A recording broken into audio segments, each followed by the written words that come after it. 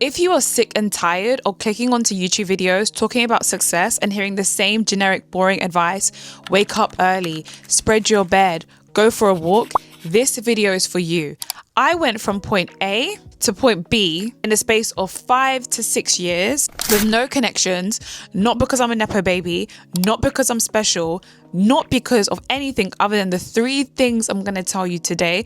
And these are real, genuine gems that are going to help you. And it might be things you don't even want to hear because it's just so real. Sometimes a lot of gurus get in the habit of teaching people the aesthetics and the juicier, softer things because it's easier to say. But in this video, I'm just going to keep it all the way real about the 3 things that allowed me to get from point A to point B. So let's get into it. The first thing that helped me to become really, really successful was the way in which I look at jobs, and the way in which I look at careers is slightly different to everybody else, or at least slightly different to the way society tells you to look at careers. Society tells you go to school, then you go to college, then you go to university, all doing the similar topics, and then after uni, you'll be able to land your dream job. Now we know, especially in the UK, that is not the case. That's why many uni students are still working in retail. It doesn't work like that. I didn't go to uni, I did an apprenticeship. However, what I'm going to share with you, anyone can use. It's not too late. And you want to have 3 types of jobs, kind of going all at once if you can. The first one is your money-making job, okay? The job that brings you in income. Even me, I kind of dropped the ball a tiny bit when it comes to this particular category. What do I mean by this? This is your society job. This is your doctor, your lawyer, your accountant, a job that's going to bring you financial gains, a job that you know year on year you're going to be able to get a promotion, a job that's always in demand, that can't just be chucked out. That's what you want to do. So if you are someone who's gone to uni, or if you do an apprenticeship, try to pick a job that is a well-paid job. We know money doesn't buy happiness, but in this economy, it does. The second job you want to pick, something that brings you passion, something that brings you joy, something that if, you didn't get paid to do it, you would still do it. You would still show up. You just love it. You absolutely enjoy it, right? This is what's going to fulfill you inside, okay? And not just fulfill you because of the passion that you have about it. If you meet other people that are equally as passionate about that thing, you never know where they can take you in life. Connections are everything. So that's number 1 and number 2. First job, all about the money, whether you love it or hate it. Second job, all about the passion. Even if they don't pay you, you still love it. And the last job you want to have is something that AI cannot take away from you. A skills-based job that no technology can just come push you out. Whether that's, you work in construction, you're a carpenter. That's the kind of skills I'm talking about. For me, what that looks like is public speaking. I can public speak. I can get on stage, on a panel. I can do a keynote. I am confident to speak. AI can't replace the gems that I have or what I put out there. My flavor, my personality. You get what I'm trying to say? So these are the 3 main jobs you want to have, and it's not too late. It's never too late. One thing I would say I dropped the ball on was the fact that my high-paying job was my marketing job, and marketing overall isn't the most well-paid job. Compared to some other jobs, you could be earning a lot more. But in my instance, my high-paying job was my marketing job. My passionate job was my content creation. And the third job is public speaking, which is what I do all the time. If you think like this, trust me, it's going to set you up for success, because I remember when I was made redundant from my marketing job, I had the other 2 to lean on. I remember when in my first job, I wasn't that happy, but my passion on the side with my content creation brought me life. It gave me the motivation. And then obviously I haven't experienced it yet, but AI is starting to take over certain jobs, especially those of you who work in tech. You want to have something else that can keep you going, because everybody knows more than one form of income is important, but no one ever breaks it down the way I have, in my opinion. People will tell you to invest your money. We hear that. But also you need to have money to invest in the first place. So this is how I personally look at it, is have these 3 types of jobs going on all at once. Hopefully that makes sense. Number 2, people aren't going to want to hear this one, but relationships.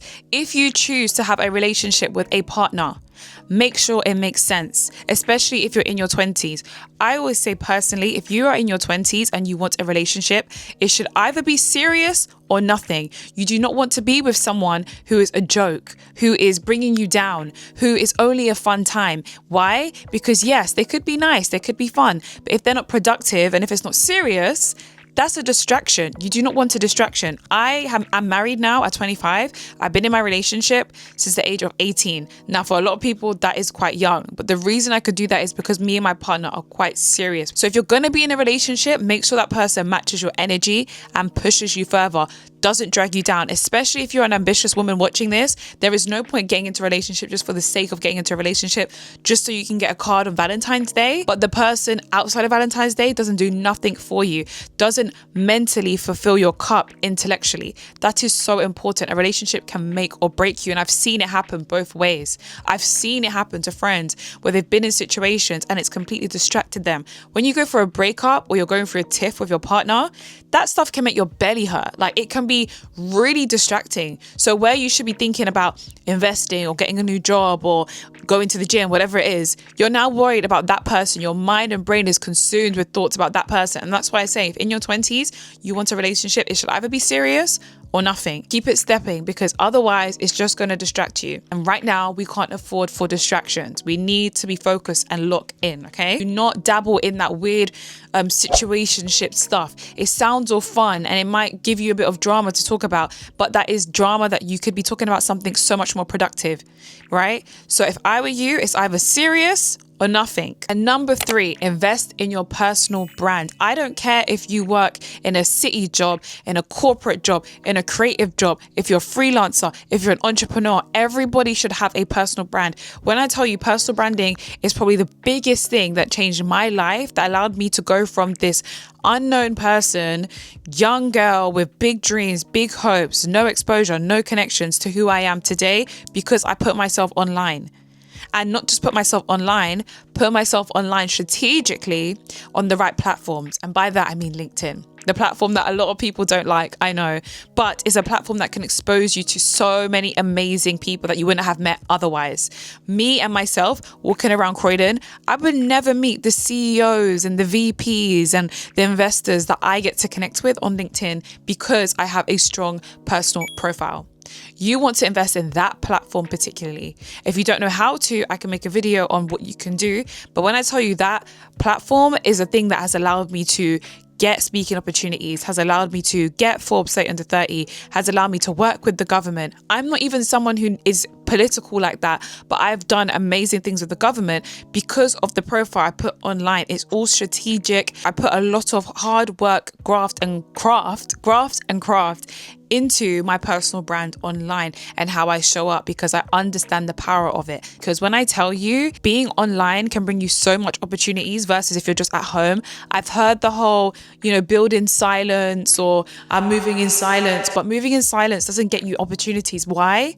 Because closed mouths don't get fed. How can you get fed if no one knows who you are, if you have no visibility? Part of being successful this way anyway, it takes having a personal brand. If you want to be someone who gets the industry awards, gets flown out for conferences, gets events, basically allowing yourself to be the thing that gets paid, not because of your job, but because of who you are, how you show up, it's going to take a bit of not moving in silence, honestly. So you have to get over the mentality that people care about you that much, that people are going to be talking about you or preying on your downfall. You have to kind of get over that, because you otherwise will not get the opportunities because you're too afraid to put yourself out there. Or you have to get over the fact that cringe doesn't pay your bills. So these are the 3 things that helped me to honestly catapult myself from point A to point B. If that was helpful, be sure to leave a comment below, because I want to hear about your journeys, your stories. And if you have any questions, and be sure to subscribe to my channel for more topics like this. I also post YouTube shorts